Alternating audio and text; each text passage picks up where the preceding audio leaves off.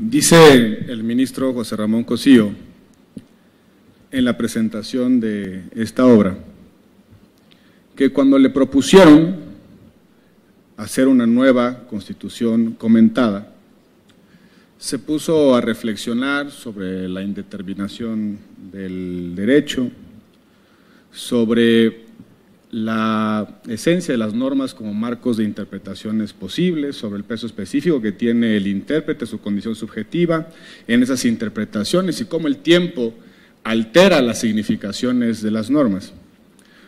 Y hoy Salvador Vives que eso le tomó exactamente 2 segundos para aceptar compilar la obra. Que cuando se le ofreció, dice Salvador, aceptó de buena gana. Y creo entender por qué.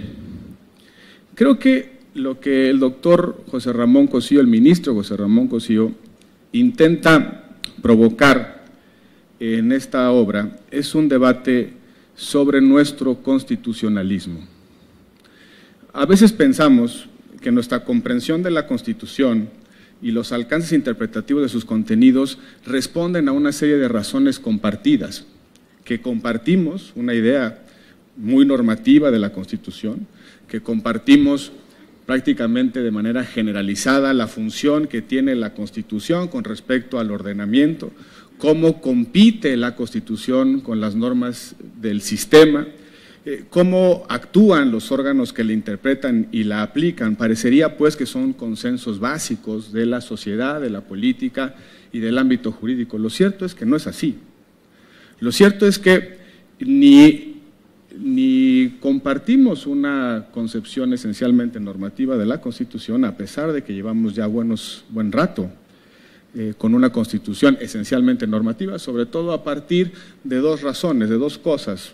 La creación del Tribunal Constitucional, que le da eficacia, vigencia a la Constitución, pero por otro lado, el hecho del pluralismo político, que provoca pues que la disputa política sea al final de cuentas una disputa por influir en los contenidos del derecho y en el caso de la Constitución por llevar ciertos contenidos a la condición petrificadora que tiene la Constitución de los contenidos, que ya no sean disponibles para las mayorías. Y la lucha política en el pluralismo se traduce en una lucha, en una competencia por llevar a la Constitución y a las normas, a las políticas públicas en general, esos contenidos. Dice entonces el doctor José Ramón Cosío en la presentación, y creo que ese es el motivo fundamental por el cual decidió compilar esta obra, es veamos y pensemos cómo estamos conceptualizando nuestra propia Constitución y los debates constitucionales siempre abiertos en torno a sus alcances. Dice también en su presentación que ciertamente hay otros ejercicios de comentarios a la norma constitucional, pero que tienen de alguna manera un origen, un marco de referencia, y creo que intenta probar el hecho del pluralismo jurídico, que es un reflejo del pluralismo social, que es un reflejo también del pluralismo político, de tal suerte que podamos percibir que cada norma constitucional, cada contenido en la Constitución puede tener un sinnúmero de comprensiones según el punto de vista del intérprete.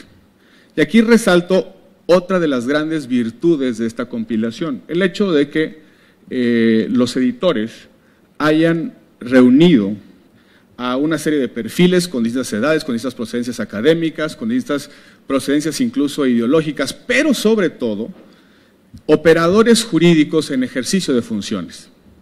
Y es verdaderamente interesante cómo un operador jurídico en ejercicio de funciones conceptualiza sus propias funciones.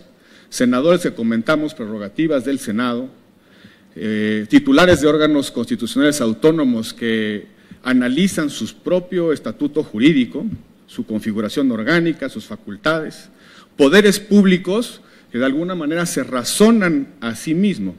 Y eso creo que es el mayor acto de provocación de esta obra. El hecho de poner a los operadores jurídicos a razonar su posición en representación o actuando desde la significación que da la norma que otorga la facultad o que asigna la función, la concepción que tiene cada uno sobre su propia consideración orgánica. Y creo que eso, en perspectiva o en ese debate sobre nuestro constitucionalismo, creo que es de la mayor relevancia. Frente a otras compilaciones o frente a otros comentarios de la Constitución que son fundamentalmente ejercicios de carácter académico, históricos, dogmáticos, sobre resoluciones de la Corte, aquí esta obra nos da una suerte de sacudida sobre cómo están aplicando las normas constitucionales quienes están en la responsabilidad jurídica y política de hacerlo. Y es verdaderamente interesante, insisto, ver cómo razona, por ejemplo, un integrante del Poder Ejecutivo, del Legislativo, del Judicial, su posición frente al ordenamiento.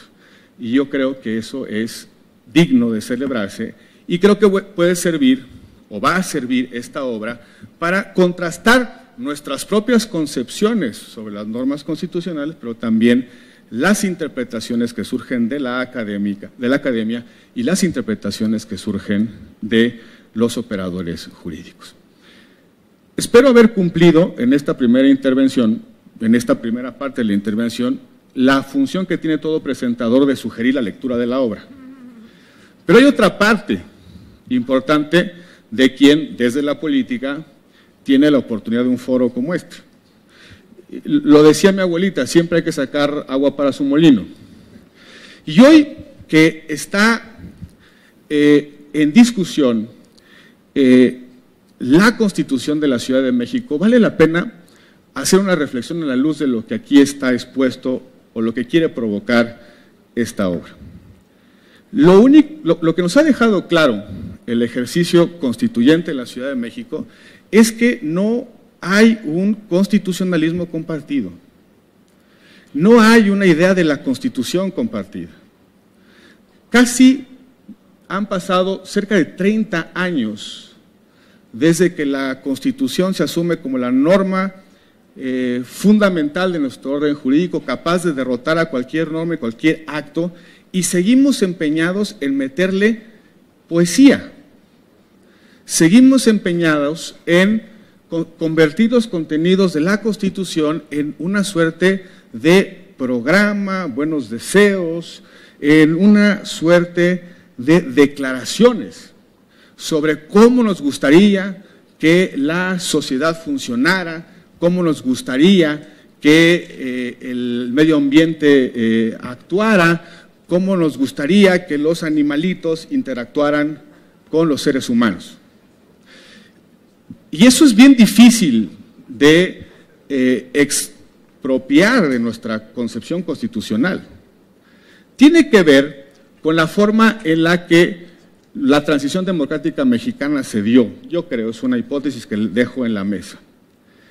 La transición democrática tuvo un presupuesto político, una mayoría muy clara de un régimen político que podía decidir en una primera etapa prácticamente todo, después perdió la capacidad de modificar la Constitución, después dejó de tener la posibilidad de definir la ley. Y cada vez que en la política se quería ganar terreno a la capacidad de decisión de las mayorías, el acuerdo político conducía a subir ese consenso a la Constitución. Por eso nuestra Constitución es tan grande, tan densa, y también por eso nuestra Constitución tiene más transitorios que normas sustantivas.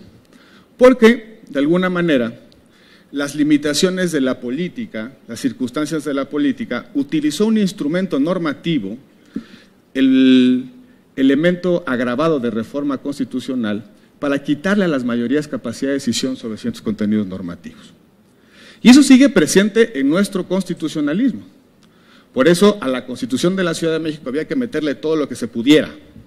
O, del otro lado, sacarle todo lo que se pueda para que siga siendo motivo de debate en la configuración de las mayorías coyunturales y específicamente de las mayorías que derivan de la legitimidad democrática directa. Y entonces uno se da cuenta que influir en los contenidos de una Constitución, en este caso la Ciudad de México, es al final de cuentas una dinámica política, una competencia esencialmente política. Llevar a la Constitución un determinado contenido significa expropiarlo del juego de la política, quitárselos, arrancarlo del juego de la política. Que no esté determinado en la Constitución significa que se traslada a otro espacio de decisión. Se traslada naturalmente al espacio de la ley, a los congresos, a los parlamentos, o se traslada a la sede jurisdiccional que define sus alcances, ya sea por la norma que se introdujo, el contenido que se introdujo a la Constitución, o lo que no se introdujo a la Constitución. Y yo veo cómo hay muchos que se están rasgando las vestiduras y están muy angustiados porque la Constitución de la Ciudad de México se haya llevado a la sede jurisdiccional, siendo una norma subordinada que no constituye nada. Toda la materia de la Constitución ya estaba previamente constituida en la Constitución, territorio, personas, ámbitos materiales, que el hecho de que quienes estamos involucrados decidamos llevar a una sede jurisdiccional los debates pendientes, el conflicto político que no se logró pacificar en el Consejo Constitucional, me parece hasta una obviedad. Me preocupa más los que no quieren llevar absolutamente nada a la sede jurisdiccional. Tiene dos explicaciones: o ganaron todo o no les importa nada. Y si ganaron todo, si el equilibrio resultante es una ganancia ideológica radical y total, creo entonces que lo que tendremos que cuestionarnos es si nuestro pluralismo es tal. Y a los que no les importa nada significa que las posiciones que asumieron en ese proceso constituyente, en ese proceso de definición normativa, basada fundamentalmente en la construcción de normas, es un equilibrio que les parece absolutamente inútil. Les parece absolutamente inútil. Pero, del otro lado, frente a los que han decidido, me regreso un momento a un elemento que es bien importante. En esa Constitución, y trato de razonar esto o analizar esto en función de nuestro constitucionalismo, en esa Constitución se definen muchas cosas. Me parece natural que la Federación le dispute a la Ciudad de México la distribución de competencias. Me parece absolutamente normal y explicable que entre los tres poderes horizontales se disputen competencias. Me parece absolutamente explicable, razonable, que entre los grados de centralización se disputen competencias. Me parece normal que el Estado, en este caso el orden subnacional, se dispute poderes frente a los ciudadanos y los ciudadanos disputen poderes frente a la organización política. No me extraña absolutamente nada el hecho de que decidamos llevar esto a territorio jurisdiccional. El problema es que así como uno puede ir a la Corte a ganar algo, también puede perder algo. Es posible que en ese debate competencial, de alcances de los derechos, de desdoblamientos, contenidos normativos, unos ganen y otros pierdan. Y a lo mejor el que hoy tiene la posición de ofensiva o de ataque termine en una clara reducción de sus atribuciones. Y ese es justamente el valor, la función que tiene el árbitro constitucional en la dinámica de interpretación y aplicación de los derechos. Pero, si ustedes se fijan, la discusión sobre el encuadre o la compatibilidad constitucional de la Constitución de la Ciudad de México es de la mayor relevancia. Es quizá el caso más importante que va a tener en muchos años, en décadas, la Corte. En ese debate jurisdiccional se juega la configuración del sistema federal mexicano. Durante muchos años hemos configurado el sistema federal a través de reformas a la Constitución, otra vez el problema del constitucionalismo, sin una preconcepción sobre lo que debe ser razonable en términos de distribución de competencias. Modificamos el 73, lo modificamos porque le queremos quitar la atribución o bien porque queremos estandarizar la atribución. Ya no solamente es funcional quitarle la atribución al Estado, sino ahora creamos unas cosas que se llaman sistemas nacionales donde la competencia es tuya, mía, te la presto, te la doy, me la devuelves y en todo caso luego vemos cómo nos la repartimos. Hemos ido parchando el sistema federal hasta el grado de que en efecto hay acciones de inconstitucionalidades sobre la configuración constitucional legislativa de un orden de gobierno para determinar, para decidir, racionalizar e incluso para resolver qué me toca y qué te toca. Y no solamente me refiero a los alcances de las facultades exclusivas, sino sobre todo las concurrentes, las coincidentes y ahora los famosos sistemas.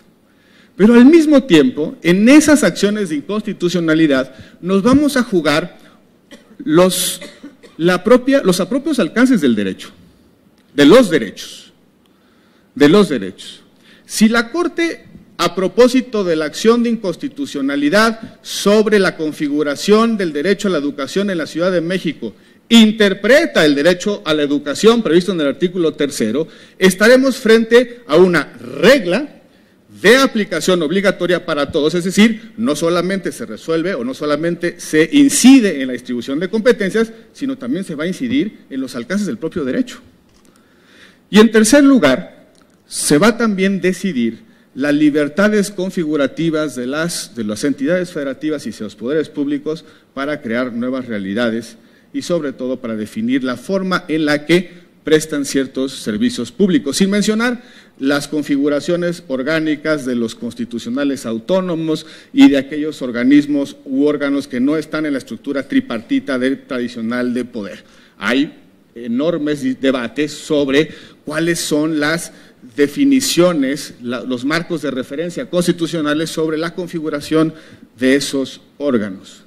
Si alguien cree que las impugnaciones sobre la Constitución de la ciudad son una suerte de arrebato para frustrar el proyecto político sexenal de un partido político, me parece que no está viendo con claridad las enormes implicaciones que tuvo el proceso constituyente y las enormes implicaciones que tiene ahora llevar la disputa entonces política por los contenidos ahora a la disputa jurisdiccional y jurídica sobre sus respectivos alcances.